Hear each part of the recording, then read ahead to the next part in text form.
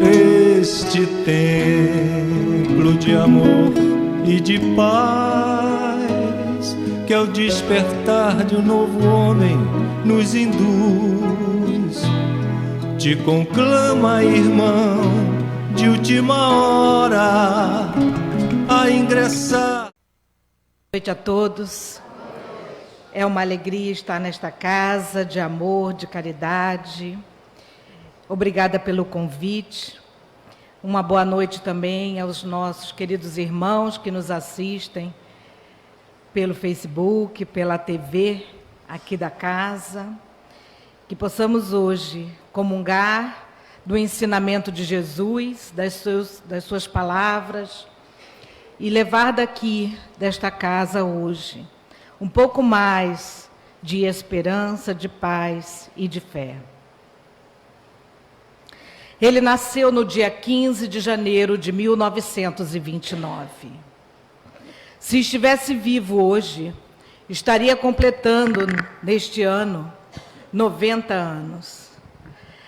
Talvez não aquele idoso que fosse ficar em casa, aguardando com que o tempo encerrasse as suas atividades nesse plano físico. Mas alguém que levaria até o final de seus dias a sua bandeira de não violência. Ele nasceu numa família de pastores da Igreja Batista. Cresceu ouvindo as histórias de segregação, de separação, de que uma raça é superior à outra. E ele, então, aos 22 anos, decide tomar o caminho escolhido pelo seu avô e pelo seu pai. Inicia um trabalho levando as consciências de que a cor não separa os homens, a religião não separa os homens, a posição social não separa os homens. A sua voz começou a ser ouvida nos lugares mais distantes da sua pequena Atlanta. Ele, então, após um incidente que ocorreu em um ônibus com uma senhora chamada Rosa Parks, que alguns historiadores vão dar a esta senhora o título dela da Dama da Coragem, porque ela estava em um ônibus, porque à época, isso nós estamos falando em 1940, 1945, em Memphis, nos Estados Unidos. Os ônibus eram dirigidos apenas por motoristas brancos. E as pessoas negras deveriam sentar-se nos lugares no final do ônibus, não podendo ocupar, mesmo que estivesse vago, os lugares, nos primeiros lugares dos ônibus. E Rosa Parks, um dia, após sair do seu trabalho, muito cansada, havia um lugar vago, o ônibus estava praticamente vazio. Ela sentou-se. E um homem, de cor branca, veio e mandou ela se levantar, para que ele pudesse sentar no lugar onde ela estava. E ela disse que não ia se levantar. Ela recebeu uma multa aplicada pelo policial, o ônibus parou, ela foi jogada para fora do ônibus e ainda recebeu uma multa. Esse dia transformou a vida desse jovem pastor batista. A partir desse incidente, ele começou a clamar por uma movimentação de que Os lugares nos ônibus deveriam ser ocupados por qualquer pessoa que entrasse no ônibus e visse que o lugar estava desocupado e assim pudesse tomar assento. A lei não permitia. Começou um grande movimento naquela pequena cidade. E ele, então, reuniu uma marcha de homens, convocando para que, a partir daquele dia, não mais tomassem o ônibus para ir para o trabalho, mas que fossem para o trabalho a pé. E durante 361 dias, os negros foram para o trabalho a pé e não tomaram do ônibus. E isso causou, obviamente, um prejuízo financeiro muito grande às transportadoras, ao transporte. E com isso ele conquistou, pela primeira vez, que a lei derrubasse essa separação nos veículos de transporte. Ele poderia ter parado por aí, já estava bom. Poderia continuar pregando na sua igreja, poderia continuar falando daquilo que ele acreditava, mas ele viu que era pouco, deveria ser mais, porque o negro não tinha permissão pela lei a frequentar a escola, ou a mesma escola que um branco, não podia frequentar a biblioteca, e assim por diante. Esse homem, então, reúne numa marcha 250 mil pessoas, e acompanhado de um pastor batista branco, vai liderar um movimento que até hoje ele é chamado da Marcha sobre Washington. Esse homem que deixou uma frase para a prosperidade, que a sua luta não foi em vão, ele vai dizer: eu tenho um sonho. Estamos falando de Martin Luther King. No seu discurso, quando ele foi ganhar o Prêmio Nobel da Paz, olha a importância da não violência. Mesmo para aqueles que sentiram na sua própria pele, foram presos, apanharam, mas não revidaram. Os que fizeram isso à época, intitulados os Panteras Negras, enfim, o movimento da história vai nos narrar isso com a melhor forma, não representavam o pensamento de King. Ele representava a não violência. Ele representava o acreditar em uma sociedade mais justa. Era isso que ele acreditava. Ele tinha como lema as palavras de outro homem também tão importante, como Mahatma Gandhi, que com o seu trabalho de não violência, libertou o seu país do pensamento inglês financeiro. E nesse dia, Martin Luther King, no seu discurso, no Prêmio Nobel da Paz, em 1964, ele vai dizer, permitam-me ler apenas um parágrafo. Essa é a nossa esperança. Esta é a fé com a qual regresso ao Sul. Com esta fé, seremos capazes de retirar da montanha do desespero uma pedra de esperança. Com esta fé, poderemos transformar dissonantes discórdias da nossa nação numa bonita e harmoniosa sinfonia de fraternidade. Com esta fé, poderemos trabalhar juntos, rezar juntos, lutar juntos, ir para a prisão juntos, ficarmos juntos em posição de sentido pela liberdade, sabendo que um dia seremos livres. Essa é apenas uma frase, uma parte do seu discurso. A fé. A fé que Jesus nos convida, como nos colocou a canção, a última canção. A fé que transporta montanhas.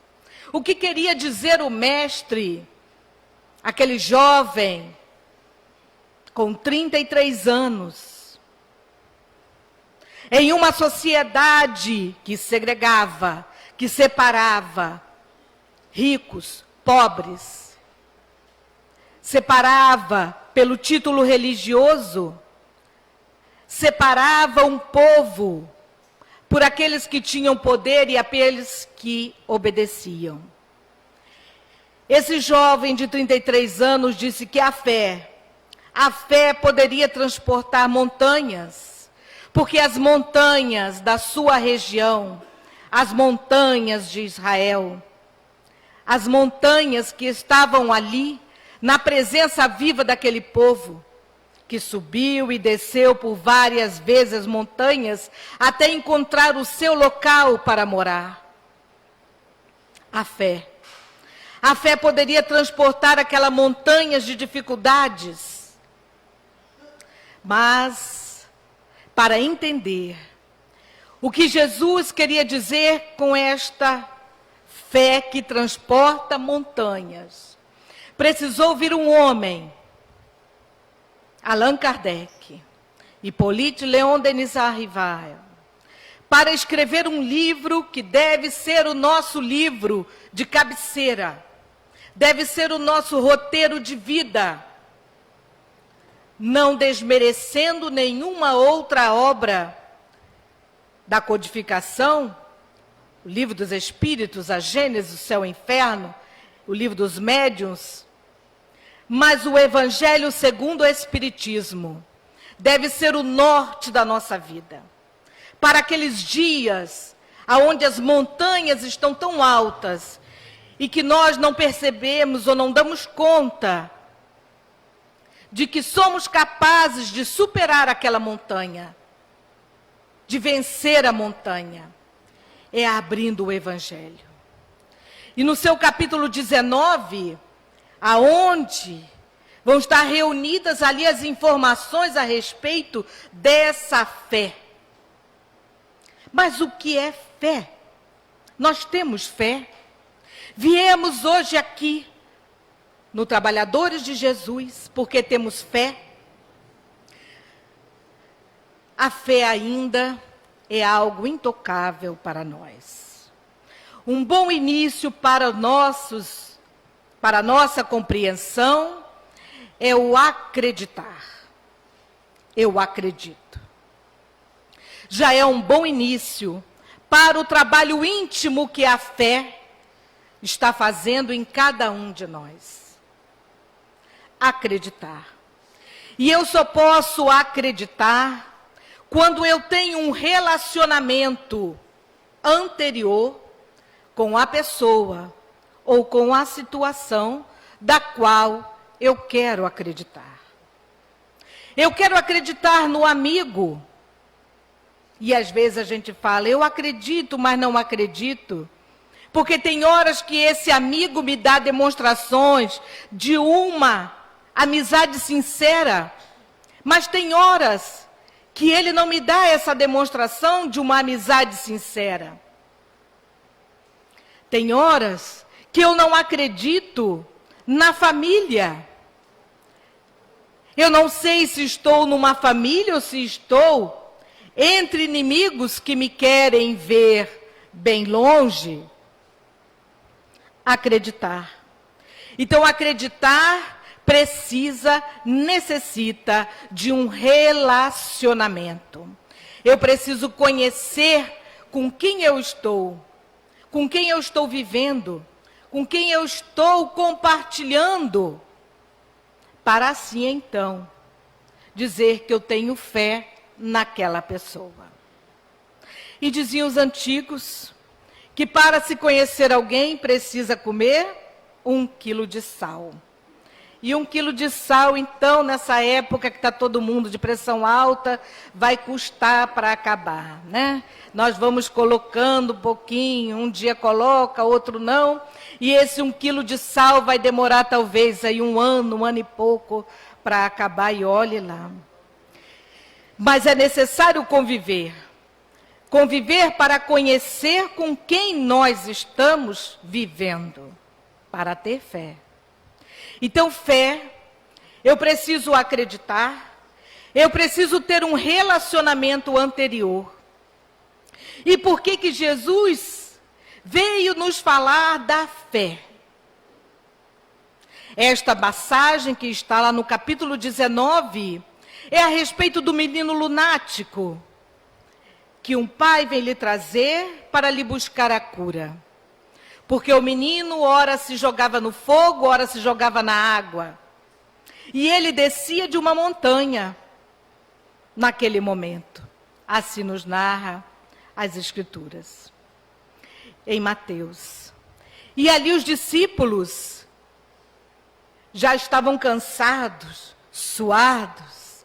Imagina aquele sol, né? Igual deu na segunda-feira, um sol para cada um, no deserto, ao meio-dia. E os discípulos oravam, gritavam, tocavam no menino, lhe puxavam, e nada mudava. Mas por que não mudava? Eles não eram os discípulos. Eles não estavam caminhando com Jesus dia e noite. Eles não comeram e beberam com Jesus. Não viram tudo o que ele fez.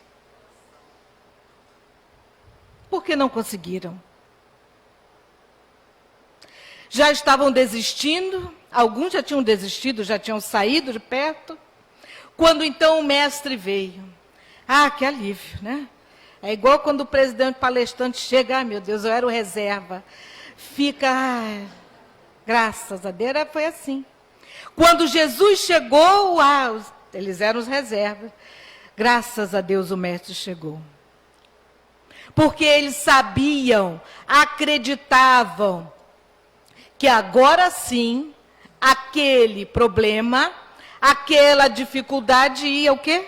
Acabar.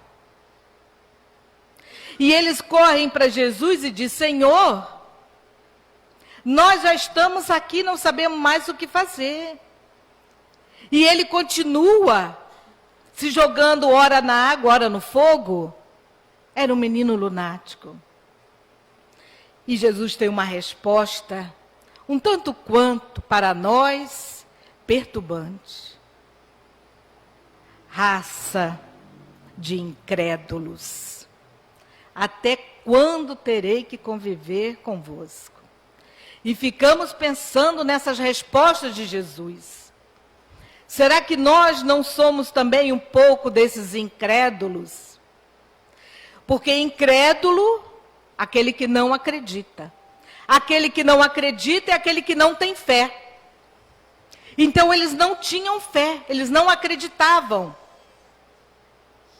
E Jesus apenas com um toque, com um olhar, com a sua aproximação amorosa, revestido de amor, envolve aquele jovem que volta à sua lucidez.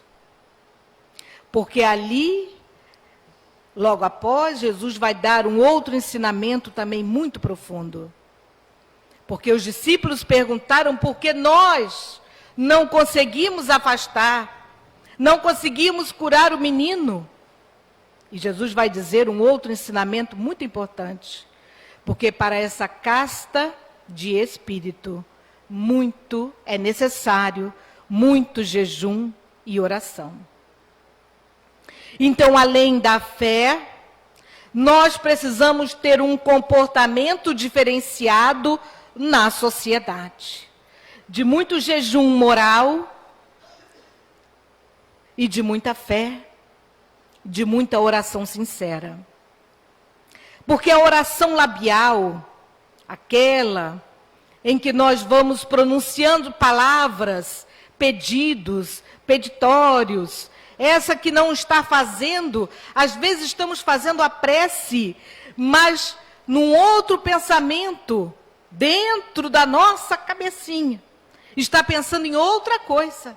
Está lá, Pai nosso que está no céu, meu Deus, a conta não paguei, esqueci, que estás no céu. Até perde aonde parou na oração. Porque ali entrou um outro pensamento, porque eu não estou envolvido 100% plenamente na minha oração. Eu não estou vivendo plenamente o convite de Jesus. E aí nós deixamos que o pensamento seja invadido até nas nossas orações. E aí não conseguimos ter a fé que desejamos. Não conseguimos acreditar. Porque as coisas não realizam, não acontecem. Deus age. Deus age e ouve todas as nossas preces. Porque Deus não está em um lugar. Deus é o lugar. Nós não estamos num lugar diferente de Deus. Nós estamos no lugar que pertence a Deus. Nós não falamos com Deus. Olha que interessante. Sabe por quê? Porque Deus está dentro de nós. Nós falamos para a nossa própria consciência, que precisa ouvir dos nossos lábios, da nossa palavra, aquilo que precisamos mudar. Deus é onisciente, onipresente. Então eu vou falar para Ele o que eu preciso? Eu vou dizer a Ele que eu preciso disso ou daquilo? Obviamente, nenhum pedido material.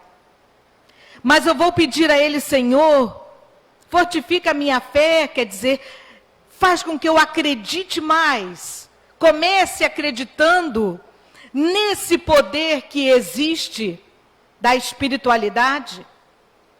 Então faz com que eu acredite. E aí quando eu observo na natureza, eu ouço uma palavra, uma frase, que é uma resposta para os meus conflitos, eu não acredito. Ah, não. Essa página que foi lida não foi para mim. Essa página serve para o meu vizinho, para o meu cunhado. Ah, serve para minha irmã, né? Que não vem, não ouve, não estuda, não fala, mas serve para outro. Porque Deus se manifesta através das ações e das palavras dos nossos irmãos. Porque Deus é imaterial. Então Ele não pode vir e falar no nosso ouvido. Quem fala no nosso ouvido, ou é o nosso obsessor, né? Ou os obsessores, ou o nosso anjo da guarda, que se esforça, se esmera, fala todo dia, de manhã, de tarde, de noite, na oração, e nós não ouvimos. Cultivar a fé é acreditar de que estamos no lugar certo, fazendo a coisa certa, não tem nada errado. Aquilo que está me acontecendo nesse momento é o resultado de minhas ações, das minhas ações. É o resultado da minha vida. É o resultado das minhas escolhas. Não há nada errado com isso. O Evangelho diz: não podemos colher lírios onde plantamos espinhos. Os espinhos vão ficar lá plantados. E eles retornam para nos ferir. Mas não para desestimular da vida, para nos colocar em posições inferiores, de forma nenhuma. É para justamente fazer com que andemos, que mudemos, que pensemos nas nossas atitudes, que pensemos o que estamos fazendo aqui. É para isso. A doença não chega para nos maltratar. A doença nos chega para nos ensinar. É difícil? Muito, sem dúvida nenhuma. A morte não chega para nos maltratar. A morte chega para nos libertar. Porque a nossa vida não é a vida da matéria. A nossa vida é a vida espiritual. Uma vida temos, disse Paulo, e isso é verdade. É a única, é a vida espiritual. Experiências múltiplas, porque somos reencarnacionistas. Mas a vida é única. E a fé, que transporta a montanha, encontra no nosso coração 3 empecilhos para que ela possa crescer e frutificar. Um deles chama-se controle. Se eu perco o controle da situação, eu perco o meu controle, não é assim? Eu preciso estar no controle. Então eu controlo a hora, o que vai comer, o que o outro come, o que o outro veste, o que o outro sai, o que o outro fala. E se algo sai do controle, é o desespero. Ah, vai dar tudo errado. Por que vai dar tudo errado? Porque você não está no controle, ou nós não estamos no controle? Porque quem controla todas as coisas é Deus. E nós ficamos de professores de Deus, querendo ensinar a Ele como controlar o planeta, como controlar a vida. Não é a vida individual, mas a vida como um todo. Nós queremos ensinar a Deus o que Ele deve fazer. Senhor, eu vou dizer uma coisa para o Senhor, essa é na nossa prece, né? O Senhor, por favor, não faça mais isso, não faça aquilo. Eu lhe pedi isso, o Senhor me deu isso, o Senhor me deu aquilo. Controlar Deus. E quando não conseguimos controlar Deus, tem um movimento que acontece, e vem acontecendo bastante, que é o movimento da o quê? A tristeza, a depressão. Eu não tenho o controle. Então, como eu não consigo controlar os outros, eu não consigo controlar o que acontece, eu não consigo controlar os fatos naturais da vida, nada para mim está bom. E eu permito, então, que a sementinha do desânimo, começa com um pequeno desânimo, a tristeza, o desamor, e aí eu vou fazendo um canteirinho lá no coração, bem pequenininho, e quando eu me dou conta, já são árvores com raízes no nosso coração. E vai ser necessário, sim, a procura do profissional, a procura dos profissionais na área da casa espírita, do trabalho da caridade. Não existe remédio melhor do que trabalhar. E Jesus deu a receita. Eu trabalho todos os dias, e o meu Pai também. Então essa é a receita. A mente vazia, como diria, né, já é oficina do que não é permitido, do que não presta, né? Disse a irmã aqui, do que não presta. Então, meu pai trabalha todos os dias. Se ele trabalha, ele está tirando férias em algum lugar que esqueceu de algum filho seu? De forma nenhuma. O outro é, uma outra dificuldadezinha que nós carregamos é a indisciplina. Somos ainda criaturas indisciplinadas. Por mais que a gente tente organizar a nossa vida, mas a indisciplina, ela vai além das questões puramente ou meramente materiais. Não é disciplina, mas eu acordo rigorosamente às 6 horas da manhã. Eu tomo café às 6h15. Às 6h30 eu já estou pronta para o trabalho. Isso é rotina. A disciplina, ela vai de um sentimento de organização dos pensamentos da mente. Eu tenho disciplina no meu pensar. Eu evito, porque ainda estamos só evitando.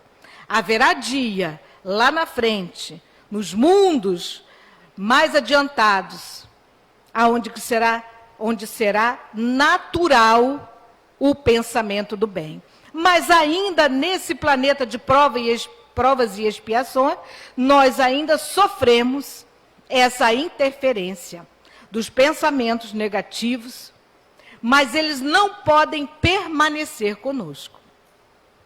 Eles podem até passar. Eu pensei uma coisa ruim. Pensou? Se desfaz. Joga fora. Não fica com ele. Não agasalha ele. Disciplina no falar.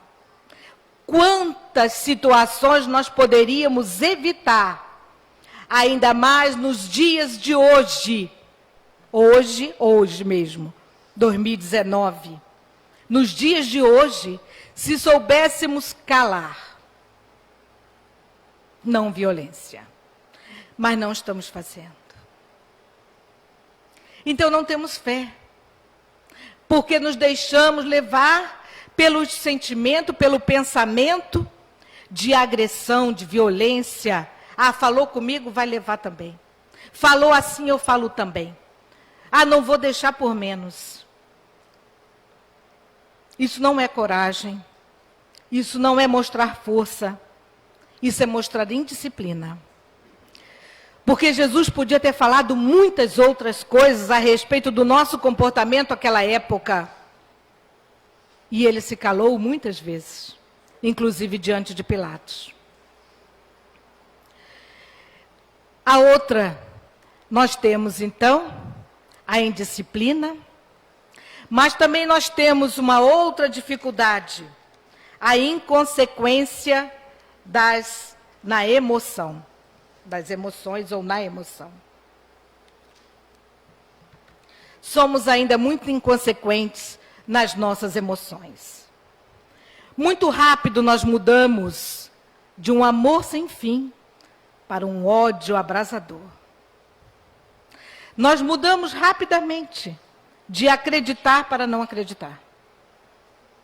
Estamos voláteis demais.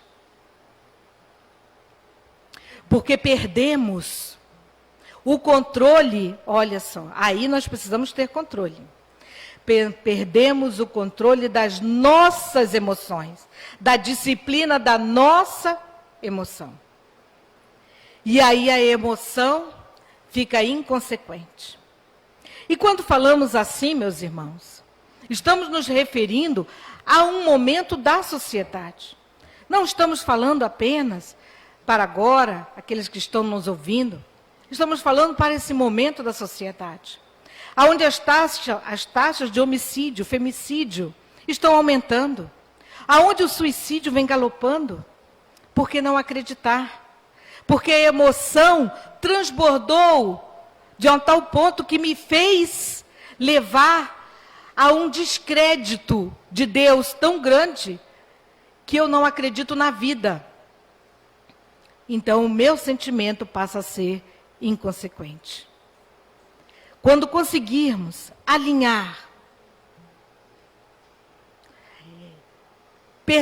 deixar um pouco esse controle da vida, deixar acreditar que Deus sabe o melhor, que a montanha que agora se avizinha, que eu estou vendo na minha frente, que eu posso ultrapassar, vencer com um pensamento digno, sem precisar fazer nada para prejudicar ninguém, sem precisar ultrapassar os limites da boa ética, da conduta moral correta. Quando eu perceber que eu posso vencer as dificuldades morais sem precisar diminuir ninguém, aí sim, eu estou começando a entender: a fé transporta montanhas. a fé vence as montanhas. Eu estou começando a compreender. Porque lá no Evangelho, os Espíritos vão colocar esses dois tipos de fé. Aquela fé robusta, e inclusive a que está no início do nosso Evangelho. Ele diz a fé, me permitam ler, quem decorou? A fé inabalável só o é a que pode encarar frente a frente a razão em todas as épocas da humanidade. Está na primeira capa aqui do nosso Evangelho segundo o Espiritismo. De tamanha importância que Kardec coloca com relação à fé. Então eu posso acreditar. O que eu acredito, se trocarmos a palavra fé por acreditar, então o que eu acredito precisa estar frente a frente à razão. Precisa em todas as épocas da humanidade ser aquilo que vai realmente me conduzir. Eu acredito. Eu tenho fé nisso. Eu tenho fé nesta ação, porque esta ação vai ser a melhor em todas as épocas da humanidade. Então, essa fé robusta que nós podemos encarar, ela não está associada a agregados ou situações que vão se agregando para nos levar a acreditar que aquilo vai aumentar a minha fé. Nenhum ato exterior vai aumentar a minha fé. Eu posso até vir à casa espírita, que bom que venhamos à casa espírita, que ótimo, mas não é isso que vai aumentar a minha fé. Eu posso vir à casa espírita, tomar passe de manhã, de tarde, de noite, vai ser muito bom. Tomar a água fluidificada, tomar uma caixa d'água de água fluidificada, inteira, mas não vai ser isso que vai mudar a minha fé. A fé, ela é necessária, esse movimento interno. É necessário entrar, ver você, o que eu sou. Eu ainda tenho ira? Eu ainda sinto raiva? Eu sinto ciúme, inveja? O que eu preciso trabalhar na minha intimidade? E aí Jesus dá outro conselho, tão importante. Ele diz, entra na tua casa íntima. Jesus estava falando que era só entrar no quarto e trancar a porta para ninguém entrar. Você pode estar ali e não está fazendo nenhum movimento de olhar para si. Você pode estar ali só passando a hora, ou descansando, ou até dormindo. Mas ele, quando fala, entra na tua casa íntima, olha para você. Olha como você está chegando. Olha como você está se comportando. Eu estou me comportando porque existe um modelo social que eu estou me agregando, eu me agrego a esse modelo social, e está muito bom, e eu vou permanecer assim, e não faço nenhum movimento. Então, aqui na casa espírita, eu sou Senhor de misericórdia e bondade. Mas lá fora eu digo, arranhou meu carro, vai ver o que eu vou fazer com o carro dele. Né? Naquelas garagens de apartamento, que é tudo assim, né? Apertadinho, você tem que tirar com cuidado, e vai ver o que eu vou fazer. Então, a gente não está fazendo esse movimento. Isso, colocar esse band-aid e não curar o que está lá dentro do band-aid, embaixo, a ferida, não vai resolver. Porque dia virá, e em breve, de que todas as coisas serão reveladas. Não ficará nada escondido. Então, aquilo que eu sou vai ficar transparente, translúcido no mundo espiritual. Aqui o corpo físico nos dá esta sensação de controle, nos dá a sensação de estarmos escondidos. Mas quando chegarmos na vida verdadeira, no mundo espiritual, não tem. É transparente, é o que você é. Aqui nós estamos fazendo ensaios, né? Quem é da área do teatro, nós estamos fazendo ensaios. E quiçá nós vamos aprender alguma coisa com esses ensaios. Então eu venho, é necessário? Sim, claro. Porque cada vez que eu me permito adentrar a uma casa religiosa, seja ela qual for, eu estou permitindo que essas vibrações aqui, emitidas pelos espíritos superiores, possam neutralizar a minha inconsequência, possam neutralizar a minha indisciplina de pensamento. Então eles vão fazendo um trabalho de asepsia mental em cada um de nós. Então precisa vir, trabalhar, levantar a manguinha, vir aqui, tocar o violão, a música, fazer a sua harmonia, e quem está aqui recebendo faz o trabalho também, porque nós estamos em uma comunhão. Os meninos estavam oferecendo as notas sonoras para uma harmonia da música, e nós aqui oferecendo as nossas vibrações de amor e ternura para os tratamentos que já haviam começado muito antes de chegarmos à casa espírita. Então, meus irmãos, é muito importante lembrar qual é essa função hoje da casa espírita. Qual é a função? A nossa função é matar a fome? É vestir o frio? A função da casa espírita, qual é a função? Não há dúvida de que a caridade material ela é muito importante. Não há dúvida. Porque somente quem está com a barriga vazia é que sabe a dor do estômago. De ver chegar em casa e não ter o que fazer para dar a um filho. Então a caridade material é muito importante, sempre foi. E enquanto formos esse mundo de provas e expiações, tivermos ainda necessidade do alimento material, ela vai ser necessária. Mas quando vier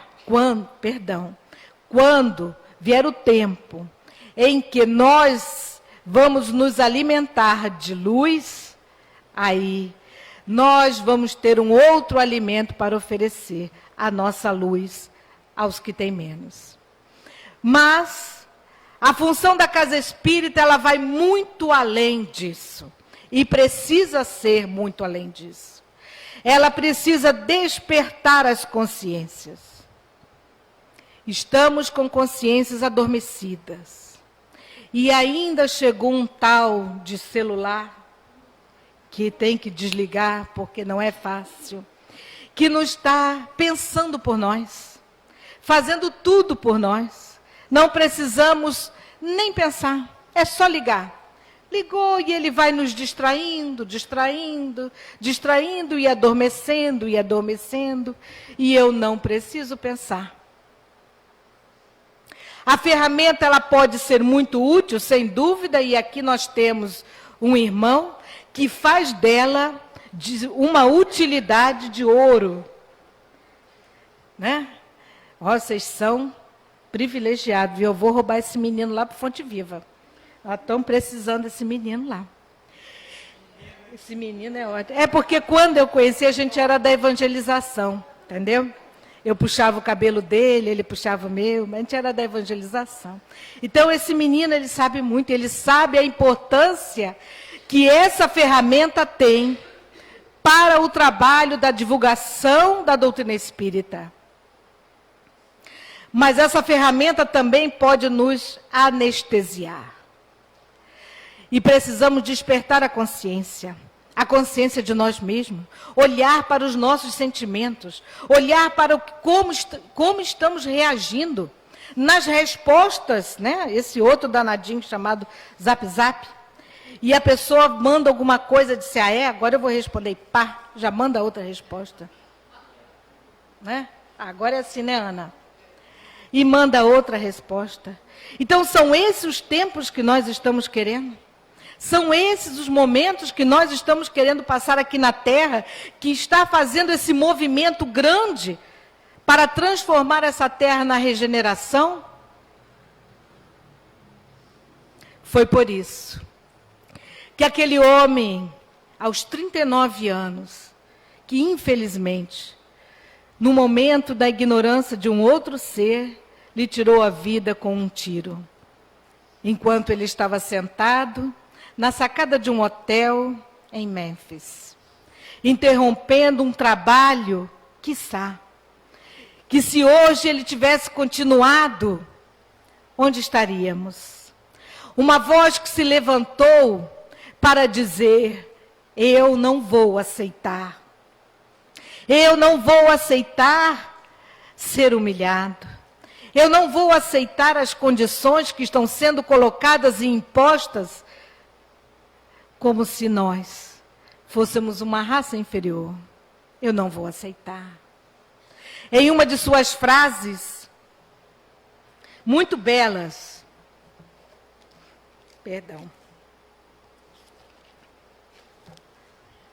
ele disse, a injustiça em qualquer lugar é uma ameaça à justiça em todo lugar. Martin Luther King. Esse homem se levantou. Hoje estaria, esse ano, no dia 15 de janeiro, completando 90 anos.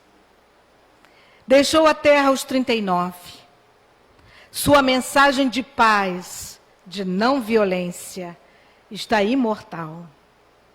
Porque um dia ele teve fé. Um dia ele acreditou que é possível vivermos nessa terra como irmãos. E precisamos estar muito atentos para que o discurso dele não se apague no tempo. Um Nobel da Paz. Um homem que se ergueu para dizer que todos nós somos irmãos. E ele disse, a escuridão não pode expulsar a escuridão. Apenas a luz pode fazer isso. O ódio não pode expulsar o ódio. Só o amor pode fazer isso. E não foi o que o mestre disse? Somente o amor pode cobrir a multidão de pecados. Não foi o que o mestre disse? O que Martin fez? Ele pegou a palavra do mestre, colocou na sua vida, e tudo que estava à sua volta se iluminou. Mas não houve violência. Houve uma transformação. E por causa dele, foi colocada uma lei, em 1968, um pouco antes dele morrer. Foi alterada, a lei dos direitos civis na América. Um homem. O que poderíamos fazer se todos nós, que somos aprendizes do Evangelho, que somos cristãos, nos erguêssemos em uma única voz e falássemos, eu tenho um sonho. Eu tenho um sonho de paz. Eu tenho um sonho da liberdade. Eu tenho um sonho de que esta terra é a terra de todos nós. I have a dream, como ele disse.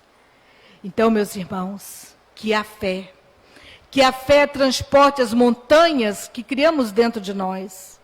Deixemos ela conduzir os caminhos da nossa vida. Vamos eleger Jesus como nosso roteiro, nosso guia. E não seres humanos falíveis. Temos um guia e os Espíritos disseram isso. Jesus de Nazaré. O homem paz. O homem não violência. O homem que só disse as palavras de consolo que cada um precisava de ouvir. Vai, não tornes a pecar. A tua fé te curou. Nunca vi uma fé maior, uma fé tamanha em Israel. Um homem que da sua boca até hoje, 2019 anos, nós estamos aí aprendendo, revivendo e tentando, com muita dificuldade ainda, colocar em prática em nossas vidas. Tenhamos fé. Tenhamos fé em nós mesmos. Podemos muito mais. Podemos pacificar o nosso planeta. Muito obrigado, meus irmãos. Muita paz.